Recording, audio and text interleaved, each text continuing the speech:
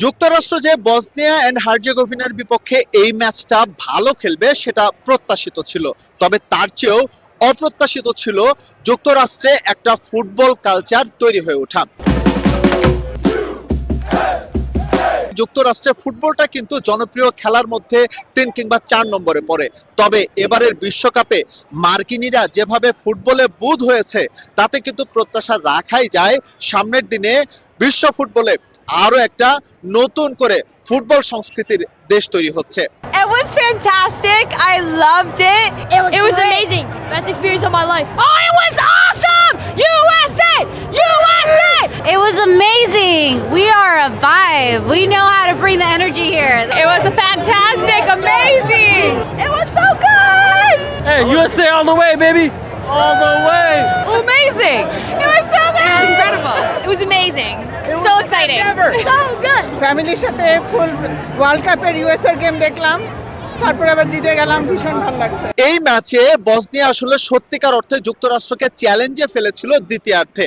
তারা প্রথম থেকে যেই স্ট্র্যাটেজি নিয়ে মাঠে নেমেছিল ডিফেন্সিভ খেলার, একেবারে লো ব্লকে খেলার, সেটা ভেঙে যুক্তরাষ্ট্রের ফরওয়ার্ডরা যখন গোল আদায় করে নেয় এবং পরবর্তীতে যুক্তরাষ্ট্র যখন ১০ দলের দলে পরিণত হয়, সেখান থেকে তারা যেভাবে কামব্যাক করেছে মোটা দাগে বলা যায় গ্রুপ পর্বটা যুক্তরাষ্ট্র যেভাবে করেছে রাউন্ড অফ 32টাও কিন্তু ঠিক একইভাবে করলো। তবে তাদের কিন্তু রাউন্ড অফ 16 গিয়ে বেলজিয়ামের বিপক্ষে কঠিন ম্যাচ খেলতে হবে, এটা ভক্তরা মানছেন, একটা টাফ ম্যাচ হবে। তবে যে পারফরমেন্স করে চলেছেন পুলিশিকরা, তাতে সেখানে তারা ভালো করবে এমন প্রত্যাশাও ভক্তরা রাখছেন। I'm excited for the next game. We're going to go all the way to the finals. We're winning this thing, baby. Yeah! যুক্তরাষ্ট্রের খেলা দেখে মনে হলো যে তারা যেই কোনো দলকে হারানোর ক্ষমতা রাখে। সো ডেফিনেটলি যুক্তরাষ্ট্র ইজ ওয়ে টু গো। আমাদের তো প্রতীক্ষা যে ইউএসএ ওয়ার্ল্ড চ্যাম্পিয়ন হবে, ওয়ার্ল্ড কাপ চ্যাম্পিয়ন হবে, রাইট? বাট ইনশাআল্লাহ নেক্সট গেমেও জিতবে।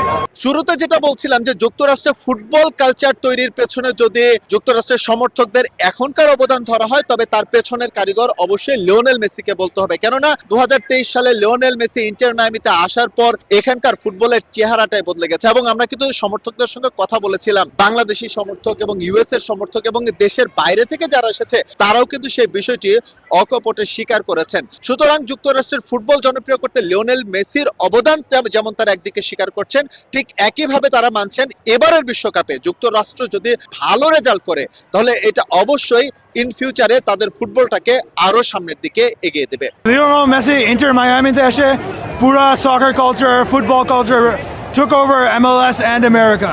মডার্ন যুগে যুক্তরাষ্ট্রে এই সকার খুব পপুলার হচ্ছে, যেটা আগে 10-12 বছর আগে এত ছিল না। চমৎকার একটা গ্রুপ পর্বের পর রাউন্ড অফ 32তেও ভালো পারফরমেন্স করেছে মার্কিন যুক্তরাষ্ট্র। তাদের এই ধারাবাহিকতা পরবর্তী রাউন্ডগুলোতে যদি অব্যাহত থাকে তাহলে বলাই যায় 1930 সালে প্রথম বিশ্বকাপে তারা যে তৃতীয় হয়েছিল, এবার হয়তোবা তার কাছাকাছি তারা যেতেও পারে, কিংবা সেই ফলাফল ছাপিয়ে যাবে কিনা তা হয়তো বলবে সময়। সান ফ্রান্সিসকোর বে এরিয়া থেকে এস এম ইকবাল, সময় সংবাদ, যুক্তরাষ্ট্র।